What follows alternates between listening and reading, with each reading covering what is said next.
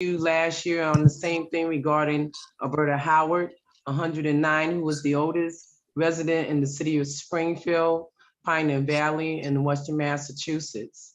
However, she never received any recognition while she was alive for her 108th birthday or her 109th birthday. But once again, as she was involved in an elderly abuse scam that's running rampant in Springfield, that is now in the Springfield District Court, that encompass Springfield Police Commissioner Caparo, Detective McCain, Sergeant Simmons, the District Attorney's Office, and the Greater Springfield Senior Services. Unfortunately, Alberta Howard passed February 5th, and under the medical records we have, that she was removed from life support because of Christopher Walker stated that they had a do not resuscitate in a MOST form, the Massachusetts Medical Order for Life-Sustaining Treatment in place.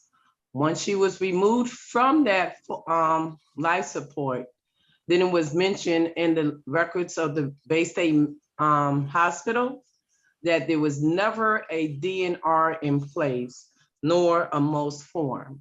And now Alberta Howard's body has been at the Henderson Funeral Home for the past 30 days because the city, as we requested, to give some assistance into looking at what's taking place with one of your primary treasures in the city of Springfield. So once again, Alberta Howard's body has been 30 days at the Henderson Funeral Home, which initiate this whole process when I have filed a complaint of elderly abuse on her behalf on May 16th, 2020. So I don't know what the city can do and how you would do it, but I'm going to make sure somehow to get this out so that somebody can be held responsible for the shame and the silence of what happened to your oldest resident in the city of Springfield. And those agencies that should have came to her support failed to do so.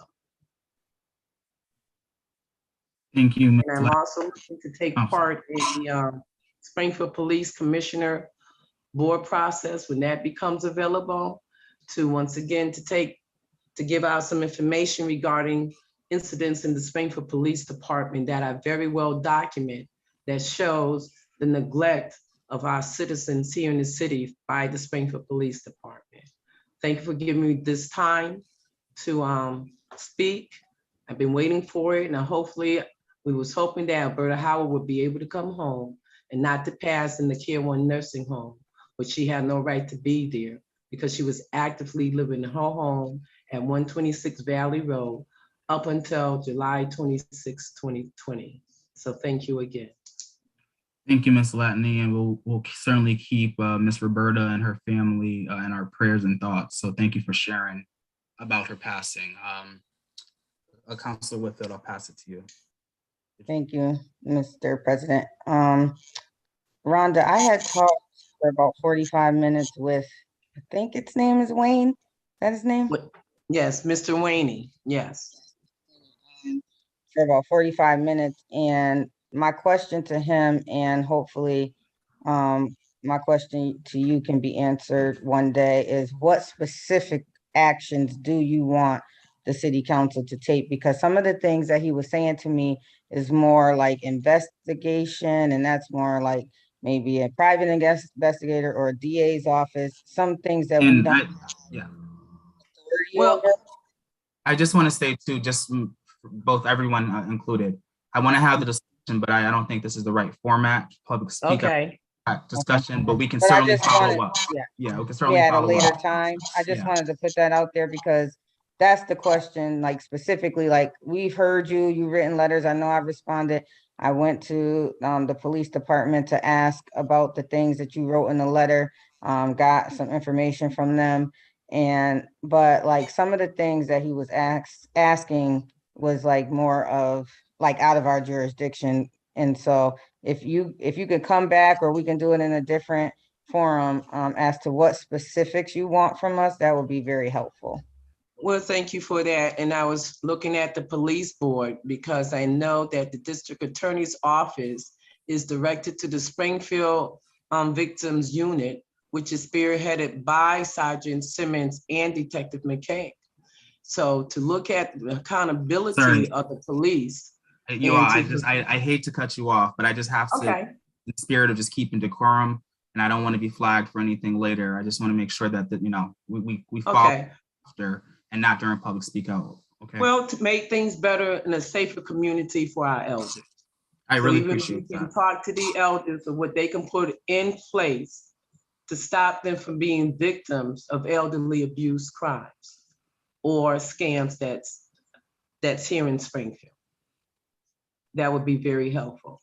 I do have the documentation because there's a lot of avenues to this, and it's not about me, but it's about a community of people that's very vulnerable other than our children. So anytime you would like to discuss, and I am looking to ask the police board, how do you investigate and hold these police officers in the various departments accountable? And that's what I'm looking for, accountability. Thank you, Ms. Latney. Councilor Brown. Thank you, everyone. In public speak out and head into our 7 o'clock. Councilor Brown.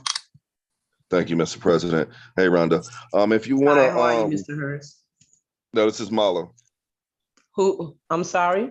Marlo, your nephew. Oh, hi, Marlo, how are you? Hi.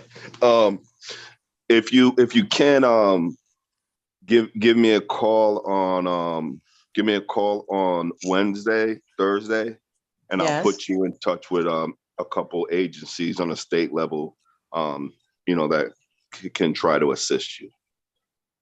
Yes. I Okay, so will say look forward to Thursday, meeting like you. Thursday morning, give me a call, and I'll try to take care of some of that stuff for you. Okay, thank you very much. No problem.